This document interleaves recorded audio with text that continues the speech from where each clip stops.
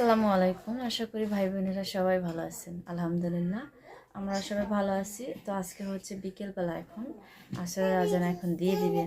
তা গেল কালকের ভিডিওগুলোকে অবশ্যই আপনারা সবাই দেখছেন কম বেশি, যে আমি কিন্তু পিঠা বানাইছিলাম, অনেকগুলো পিঠা বানাইছিলাম। আসলে ওটার উদ্দেশ্য কী ছিল জানেন? আমার দাদি একটু অসুস্থ, অনেকদিন ধরে কাজ করতেছে, বাড়ির সব মানুষটি দেখতে পায় না অনেক দিন ধরে। তা ভাবলাম একটু যাই, খালি হাতে কিভাবে যাব, তার থেকে একটু পিঠা বানা নিয়ে যাই। প্রতিবারই যখনই যাই বিস্কিট, চানাচুর, চিপস, এটা সেটা সবই নিই। আমার মা, দাদি, বাবা এরা কখনোই খাইতে পারে না, শুধু বাচ্চারাই খায়। তো ভাবলাম যে ওই টাকাটাই ফিরকে আমি ঘরে খরচ করব, ঘরে খরচ করে কিছু পিঠা বানিয়ে নিয়ে যাব, তাহলে তারা সবাই খাইতে পারবে আর অনেক বেশি খুশি হবে। এই জন্য একটা টিফিন বাটি নিয়ে নিচ্ছি, এটাতে হচ্ছে 4 বাটি। আমি জানি না পিঠাগুলো সব আসে কিনা, বাটিটা ভরে কিনা সেটা জানি না, তবে ট্রাই করে দেখি। আমি হচ্ছে যে কাপড় পরে সবসময় বাসায় পরে, ওই কাপড় পরে বাবার বাড়িতে রওনা দিব। এখন সব কিছু গোছালাম, ঘরের কাজ বাজ শেষ করলাম। যাওয়ার আগে মানুষ কত কিছু ঘরের কাজ সামলায়, তো সেই কাজগুলো সবই সামলানো হয়ে গেছে। এখন শুধু আমি পিঠাটা কিভাবে বক্স করে একটু আপনাদের সাথে শেয়ার করব। আর 4টা বাটিতে নিয়ে নিছি, বলেই হয়েছে। যেহেতু মানুষ বেশি, এখন দাদি আমার অসুস্থ, আমার দাদি হচ্ছে আমার জান। এই যে হচ্ছে পিঠা, আমরা যা খাওয়ার খাইছি, আর তো খাওয়া সম্ভব না। মাছ ছেলে সাফানো ওই যে খেলতেছে, সাইকেল চালাইতেছে এনে বুয়ে। আর এই যে বাটিগুলো নিয়ে নিলাম। সাইকেলটা দেখাইলাম কা? ওরে আল্লাহ রে, তো কি হয়েছে? বিসমিল্লাহ। হ্যাঁ, তো কি হয়েছে বোকা? সাইকেলটা দেখাইলে কা? শুনছেন ওর কথা? ও যে এত কথা বলতে পারে, মাশাল্লাহ দিলে। আচ্ছা ধরি 30 পিস পিঠা, 4 পিস বাদ দিলাম না, তো 30 পিস নেই, 28 পিস আছে।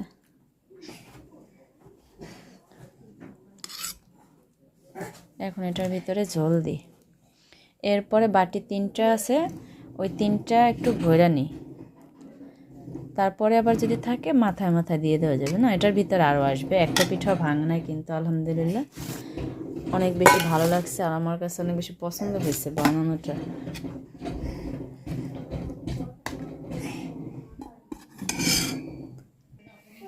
তো এই যে 4 বাটিতে শুধু এই বাটিটা একটু পুরোপুরি ভরছে, এটার ভিতরে দিলে আরও 2-3 টুকরা দেওয়া যায়, এটার ভিতরে দেওয়া যায়, কিন্তু তার হয় না। আর শেষমেশ আবার সুমাইয়াপার জন্য 2 পিস নিলাম, যেহেতু ঘরের সাথে একদম এই সমস্ত জিনিসগুলো প্রতিদিন মানুষ করে না, শখের বিষয় 1 দিন 2 দিন করলে সবারই দিয়ে খাইতেই ভালো লাগে। এই সাফান, সাফান আসো, তোমার হাত পা ধুয়ে দিয়ে আসো। আগে একটু পিঠার আপার দিয়ে শুনে, ঠান্ডা হয়ে গেলে ভালো দেখা যাবে না। তাড়াতাড়ি আসো, বের হও, খাটে নিচে ঢুকছে। তো আমি কিন্তু অবশেষে রেডি হলাম, আসরের আজানের কিন্তু সময় এখন হয়ে গেছে, দিয়ে দেবে এখন। তো আজকে যে সাফন রেডি হয়েছে এভাবে করে, কেমন কথা গ্লাস ভেঙে গেছে। আচ্ছা, আর এই শালটা হচ্ছে আজকে আমি প্রথম ব্যবহার করতেছি, এটা কখনোই ব্যবহার করা হয় না। এছাড়া কিন্তু বাসায় অলরেডি আরো 2টা ব্যবহার করি, পাতলা। সাফন আসো আসো, হিজাবটা আবার ধরলা কে তুমি? চলো। চল মু। ওরে রেডি করতে পারি না, ওর যে রেডি করা হয়েছে না আমার কাছে, চালু করো চালু করো। শুধু এই যে একটা ব্যাগ, এটার ভিতরে আমার ওড়নাটা নিছি, আর ওর জন্য একটা প্যান্টের গেঞ্জি নিলাম। আর এই যে শুধু বাটিটা, এই হচ্ছে আজকে আমাদের বাবার বাড়ি যাওয়ার উদ্দেশ্যে কিছু নেওয়া। তালা চাবি কই সাফন? তালা ঘরের ভিতরে লাইট অফ করে দিচ্ছি, যার কারণে অন্ধকার। আচ্ছা, আমরা বের হই এখন। আমরা বাড়িতে চলে আসতে যেহেতু একটু সন্ধ্যা হয়ে গেছে, আসার পরে দেখি মা অনেক কাজ নিয়ে ব্যস্ত, আমাদের সময়ও দিতে পারে না। তো ভাবলাম এমন টাইমের কালে আমি আসলাম, কেনই বা আসলাম। আসার পরে মনটা খারাপ হয়ে গেছে। তো যাই হোক, মা সবসময় আমরা আসার সাথে সাথে প্রতিদিন চা বানায়, এই সাফওয়ানের নিয়ে অনেক দুষ্টামি করে, চাল ভাজে, বিস্কিট বের করে, খোঁচায়, চিপায় চাপায়, যে কোনো খাবার থাকবে, কলা এটা সেটা সব গোজায় গোজায় রাইখা দিব, যে আমরা আসি আমাদের বের করে দেয় একটা একটা করে, এক এক সময় এক একটা খাবার দেয়। তো যাই হোক, এই ফিরকা মায়ের হাতে এত বেশি কাজ, আমি কাজ দেখে তো পুরো অসুস্থ হয়ে গেছি। রাত কিন্তু এখন আমি যে টাইমটা কথা বলতেছিলাম, সেই টাইমটা হচ্ছে রাত বাজে এখন 8টা, সাড়ে 8টার মতো বাজে। তো দেখি যে এত পরিমাণে কাজ, আমার আব্বাও কাজ করতেছে, মাও কাজ করতেছে। মানে দেখে আমার কাছে খুব খারাপ লাগছে যে আমি তো শহরে থাকি, যদি হাজারো কাজ করি তারপরেও একটা রেস্টের একটা কেন যেন সবসময় একটা টাইম থাকে। গ্রামের মানুষের ওই জিনিসগুলো নাই। এখন হচ্ছে গিয়ে শীতের দিন, ছোট দিন, এখন কাজ করে কোনো আয় পাওয়া যায় না। রাত এখন বড়, তো মা আসার পর থেকে এই ধান পান নিয়ে ব্যস্ত। আসলে আমি আসার আগে বাড়িতে ধান উঠছে, মা আরও কয়েকবার ধান সিদ্ধ করছে। এখন আবার আজকে রাত্রে ধান সিদ্ধ করবে, এই জন্য জায়গা অক্সর করতেছে। ওদিকে মাও একা, আব্বাও একা। মা ঘরের কাজ করে একা, আব্বা বাইরের ধানের কাজ করে, তাও একা একা। কোনো মানুষ পেতে আসে না ধান কাটার জন্য। একলা একলাই ধান গোড়া কাটে, তারপরে আগা কাটে, তারপরে আটা বাঁধে জাগায় মাথায় করে নিয়ে আসে। এদিকে কোনো মানুষ পাওয়া যাইতেছে না। এদিকে মাও সেম একইভাবে। আমি এখানে দাঁড়িয়ে একটু ভিডিও করতেছিলাম, যদিও আমার কাছে অনেক খারাপ লাগছে, তারপর আমি হাত দিইনি, কারণ সকালবেলা চলে যাব। আর এই সমস্ত কাজগুলো করতে গেলে কি হয় জানেন, শরীরের কাপড় চোপড় একবার ময়লা হয়ে যায়। যেহেতু আমি সকালবেলা চলে যাবো এই উদ্দেশ্যে করে আর কোনো কাপড় চোপড় আনা হয় না, মায়ের কোনো কাজে হেল্প করতে পারতেছিলাম না। মা একদম সন্ধ্যাবেলায় আমরা আসার পরে একটু পিঠা আনছিলাম, সেই পিঠাটা কোনো রকমের 1 পিস 2 পিস খাইলো, সবার ভাগ করে দিল। আমার দাদিরে, আমার আরও একজন দাদি আছে, আমার দাদির ননদ, তো সেও আছে আমাদের বাড়িতে বেড়াতে আসছে। তারপরে আমার মেজো ভাইয়ের করে, বড় ভাইয়ের করে, যাই হোক এভাবে সবার দিল। ওইটুক টাইমটাই মা একটু বসা ছিল আমার কাছে, দেখলাম। এরপরে মা একটার পর একটা কাজ রেডি করতেছে।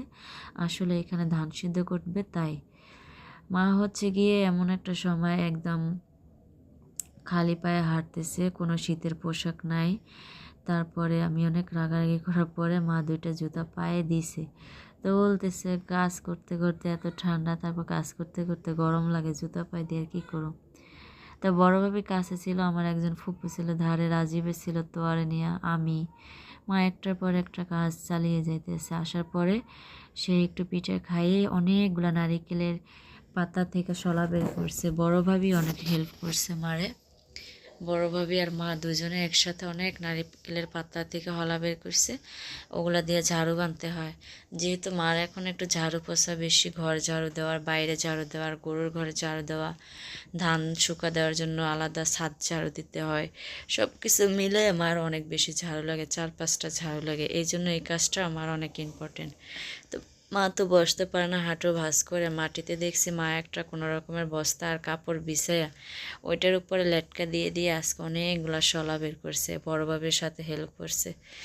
এখানে রাজীব, তোয়া, আমি, সাইমন, ভাবি, মা একসাথে। মা অনেক কাজ করতেছে। ভাবলাম ঘরে গিয়ে শুয়ে থাকবো এই ঠান্ডার ভিতরে, তাও একটু মার কাছে থাকি, মার ভালো লাগবে। আর এদিকে বড় ভাবি আবার সাফওয়ান কান্নাকাটি করতেছে, মানে গুনগুন করতেছে, এখন তার ঘুমানোর সময় হয়ে গেছে। মা শুধু কইতে আছে রান্না করা আছে, শুধু ওরা একটু ভাত দেয়, কিন্তু মারে স্যার আমার ঘরে যাইতেই ভালো লাগে না। মা কাজ করতেছে বাইরে, আর আমি কীভাবে ঘরে গিয়ে রান্না বান্নাটা তারপর খাবো বুঝতে পারতেছিলাম না। এরপরে ভাবি 3টা মুরগি ডিম নিয়ে আসছে, একটা সাইমন তোয়ার জন্য, সরি সাইমনের জন্য, সাফওয়ানের জন্য, আবার একটা আমারও দিছে। 3টা ডিম সে পোস্ট করে নিতেছে।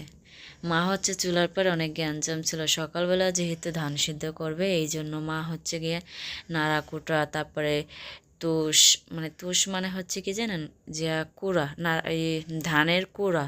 তো কুড়া হচ্ছে একটা, তুষ হচ্ছে একটা। কুড়াটা আমরা গরুরে খাওয়াই সাধারণত, তুষটা আমরা চুলায় জ্বালাই। তো ওই তো সব কিছু আলাদা আলাদা করে গুছায় রাখতে আছে, যাতে সকালবেলা উঠে ওই ঠান্ডার ভিতরে খোঁজাখুঁজি না করতে হয়। ভাবি ডিম দিল, সে 2টা ডিম মা ছেলেরে দিল, একটা সাইমনের দিল। তা আমি ভাবছি সাফানের খাওয়াই দিতেছি, মানে খাওয়াইয়ে দেই। তো বলতেছে না তোমারটা তুমি খেয়ে, আমারটা আমি খামনি। সে সব কিছুই সবসময় নিজের হাতেই খেতে পছন্দ করে। আচ্ছা, গ্রাম মানেই হচ্ছে এরকমের এলোমেলো ঘর, এলোমেলো বিছানা, এলোমেলো কাজকাম। সবার ঘরেই যে এলোমেলো থাকে তা কিন্তু না। আমার মায়ের তো মোটামুটি ভালো বয়স হয়েছে, আপনারা জানেন, তারপরে এমনিতেই রোগে বুড়া করে দিছে। তারপরে এত কাজের ভিতরে প্রতিদিন প্রায় 8-10 মণ ধান সিদ্ধ করতে হয়, মানে যখনই সিদ্ধ করে, একদিন সিদ্ধ করলে 2 দিন সময় লাগে শুকাইতে। তো সেই হিসেব করে মা আরও 2 ট্রিপ ধান সিদ্ধ করছে। আমার ওই যে 2 দাদি হাইটা যেতেছে, সকালবেলা আসছিল আমার সাথে দেখা করার জন্য, আমি রাতে দেখা করে আসছি। তো মার একটু কাজের চাপ ছিল দেখে আমি যাইতে পারিনি, এই জন্য সে চলে আসছে আমার দেখতে। মা এখানে ধান অনেকগুলো সিদ্ধ করে রাইখা দিছে। মা হচ্ছে রাত আসছে প্রায় ধান সিদ্ধ করতে উঠছে রাত 3টা বাজে। আর আমি সবটা জাগনা পাইছি, কিন্তু আমি মারে একটুকু হেল্প করতে পারিনি। আমার অনেক খারাপ লাগছে, বিশ্বাস করবেন না। কারণ আমার সাথে একটা ছোট বাচ্চা আছে, জানেন, আমি যদি উঠা যাই তাহলে উঠা যায়, একটা মিনিটের জন্য না দেখলে কান্নাকাটি করে। আর ওই রাতে যদি কান্নাকাটি করে, এখন তো আরও ছোটো মানুষ না যে কান্না করলে সবার কাছে ভালো লাগবে। যেহেতু এখন মোটামুটি বড় হয়েছে, কান্নাকালে ওই রাতে সবার কাছে অধৈর্য লাগবে, সবার ঘুম ভাঙে যাইব। বড় ভাইয়া সারাদিন পরিশ্রম করে, মেজো ভাইটা সকালবেলা যায়, সে পরিশ্রম করতে করতে রাত রাত হইয়া যায়, এরপরে আসে একটু শান্তির ঘুম দেয়।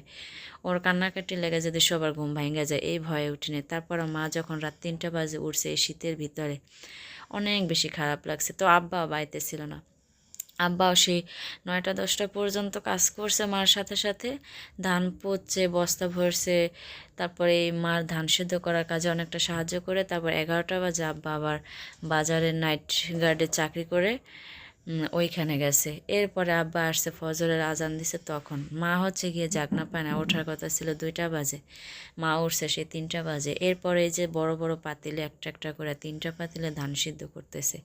তা আমি ঘুম থেকে উঠে দেখি প্রায় সিদ্ধ হয়ে গেছে। আর এই ঠান্ডার ভিতরে মায়ে খালি পায়ে আবারও হাঁটতেছে। তো মারে এত রাগ করে মা শুনি না, মাকে এত তাড়াহুড়ো করে জলদি জলদি করে কাজ করতে হয়, জুতো পায়ে দিয়ে এই নিশিরের ভিতরে পড়ে যেতে এবারও পিছলা খেয়ে, তার থেকে এমনি ভালো আছে। আমি তাহলে তুমি যেমনি কাজ করে শান্তি পাও করো। তো মায়ের কাজ দেখে মারে তো কোনো কাজে হেল্প করতেই পারিনি, আর আমার কষ্টে বুকটা ফাইটে যেতেছে। তবে আমি কাউরে বুঝাইতে পারি না, অনেক খারাপ লাগছে। তো আমি সকালবেলা চলে যাব, তো আসছে তখন বাজে 8টার মতো বাজে। ওর ক্লাস শুরু হয় 8:30 বাজে। আইসা আমার কইতাছে, বাবা তুমি আমার জন্য দোয়া করো, আমার আজকে পরীক্ষা। তো ছোট মানুষ না, আমি ওরা জিজ্ঞেস করতেছি, মা আর কয়টা আছে পরীক্ষা? কয় আর 16টা আছে। এত হাসি পেয়েছে, আসলে ছোট মানুষ না, তাই তা আমি ভাবলাম কি যে তো আরে 50টা টাকা দিয়ে দিই, অনেক খুশি হবে না। তা আমার কাছে টাকা তেমন বেশি ছিল না, আমি আসা যাওয়ার জন্য গাড়ি ভাড়া যে কয় টাকা প্রয়োজন তাই নিয়ে আসছিলাম। এরপরে যাই হোক, তারপরও আলহামদুলিল্লাহ বাচ্চাদের প্রতি খরচ করলে সেটা আল্লাহ আবার দিয়ে দিবে। সে যে এত বেশি খুশি হয়েছে, 50 টাকা বলতেছে, তুমি আমার 50 টাকা দিছো। মায়ের দিকে গরুর ঘর পরিষ্কার করতেছে, নাড়াকুটা প্রতিদিন 2টা গরু, যেহেতু অনেক শীতের ভিতরে কষ্ট করবে দেখে মা প্রতিদিন এগুলা রোদে নেয়, রোদের থেকে শুকাইয়া আবার গরম গরম করে আয়না গরুরে বিছাইয়া দেয়, আবার গরুতে তো নষ্ট করে, ওগুলা পাড়ায় পাড়ায় নষ্ট করে না, গোবর দিয়ে ভরে যায়, পরে ওগুলো মা আবার ভালো করে পরিষ্কার করে রোদে দেয়।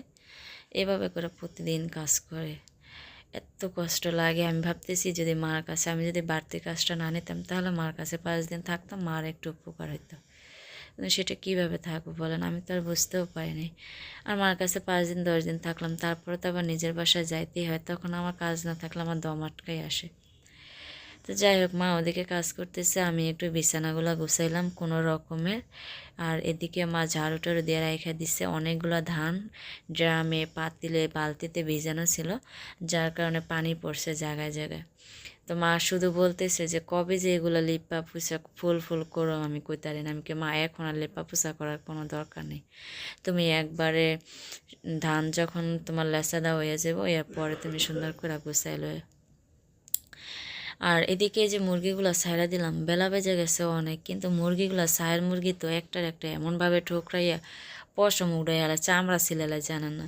তো মা কইতেছে অনেকটু ছাইড়া দেয়, কিন্তু ধানগুলোরে যে কী অবস্থা করবো না, দেখেন একটু একটু চামড়া তো মশালা দিলে অনেকগুলো মুরগি আছে আর কি। তো মা এদিকে চাইল দিতে আছে যাতে ধানগুলো না বিছে, ওরা যা খাইবে তার থেকে পাও দিয়ে বেশি ইচ্ছে ইচ্ছে ফালাই দিব। এই লেগে আমি লড়াইয়ে জাফায় রাখতেছি। আর এখন হাঁসগুলো ছাইড়া দিব, হাঁসগুলো অনেক প্যাক প্যাক করতেছে, খোপের ভিতরে বসে অনেক শব্দ আসতেছে। সাফানের একটা লাঠি দিলাম যে তুমি একটু লড়াই দাও। এমা লাঠি লইতে দেখে হেরা এমন জোরে দিচ্ছে লাভ, একবারে অনেকগুলো ধান ফালাই দিছে। এটি যদি আমার আব্বাইয়া দেয়, আমার মারা যা কইব আমারও কইব, কারণ আমার আব্বাই ধান চাল নষ্ট করা একদমই পছন্দ করে না, দেখতেই পারে না। আব্বার ভয়ে মা খুব তাড়াতাড়ি করে একটা ঝাড়ু নিয়ে আসছে, যে ঝাড়ু দিয়ে উঠে তারপর আবার ঢাইকে রাখবো না। তো যাই হোক, একদম সকালবেলা আবহাওয়া ভালো ছিল না, কুয়াশা পড়ছিল, রাতে অন্ধকার অন্ধকার ছিল, তখন কারেন্টও ছিল না, যেই টাইমটা আমি আপনাদের সাথে শেয়ার করছিলাম যে আমার মা কাজকাম করতেছে। সব কিছু মিলে ভিডিওর ভিতরে অবশ্যই ভুল কিছু থাকতে পারে, হইতে পারে, স্বাভাবিক, কারণ মানুষ মাত্রই ভুল আছে, আমারও হয়, সবাই ক্ষমা করে দিবেন। আর হচ্ছে কি, আমি এখন চলে যাব, সবাই দোয়া করবেন যেন সুন্দরভাবে সহি সালামতে যেতে পারি। ওদিকে আমার দাদি বারবার খুঁজতে আসতেছে আমি বাড়িতে গেছি নাকি আসি, তারে গোসল করাইতে হবে, তার কাপড় চোপড় ধুইতে হবে। হ্যাঁ, সে শুধু বারবার খোঁজ নিতেছে, কিন্তু এফিকা সে জানে না যে আমার সময় কম, আমি তো চলে যাব। হাঁসগুলো ছাইড়া দিছি, মার কয়েকটা হাঁসি ডিম পারে মাঝে মাঝে, 2-3টা পায় আর কি। এই যে বড় বড় ধানের পাতিলগুলো মা এইভাবে করেই সামলায়। কি করবার, এত খারাপ লাগে দেখে আমার, আয়সা সামনে পড়ে আমার লজ্জা লাগতেছে। যখন দেখিনি তখন ছিলাম একভাবে, এখন দেখছি না, এখন কষ্ট লাগতেছে যাইতে মারে সাইরা। সবাই দোয়া করবেন যেন কাজ কাম শেষ করে মারে আয়সা আবার একটু হেল্প করতে পারে।